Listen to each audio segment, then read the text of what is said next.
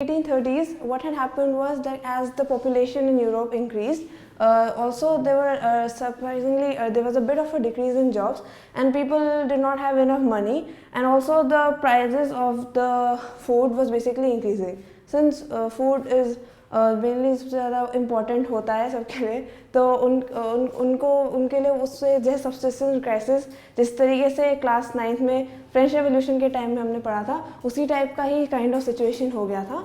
तो 1848 में क्या हुआ, जो नेशनल असेंबली उस टाइम में काफ़ी सारे रिवोल्ट्स हुए थे, एंड उन्होंने फाइनली लुइस फिलिप भी वहाँ से थ्रोन से भाग गया था. तो इवेंचुअली नेशनल असेंबली ने फ्रांस को रिपब्लिक बना दिया था.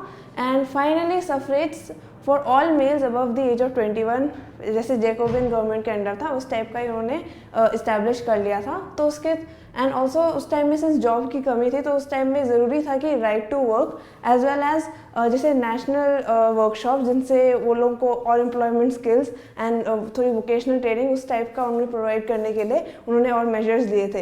तो उस टाइम में लोगों की डिमांड को फॉलो करने के लिए फाइनली फ्रांस में Republic and relatively more democratic system शुरू हुआ था.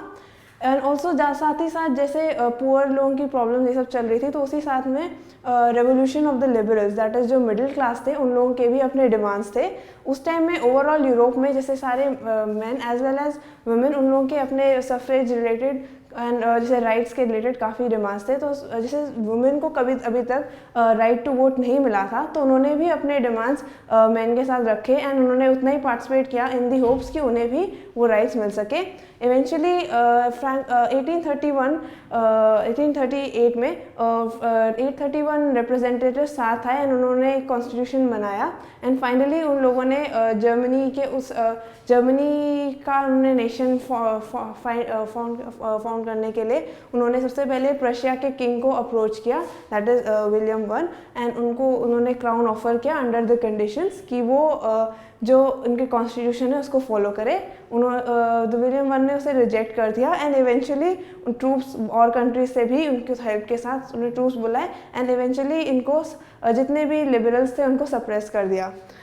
इवेंचुअली एज ऑफ नाउ फिर फाइनली ये हुआ कि जितना इस्टेब्लिश करना था उनको नेशनलिज्म, उसका सारा काम पूरे नेशन पे ही आया.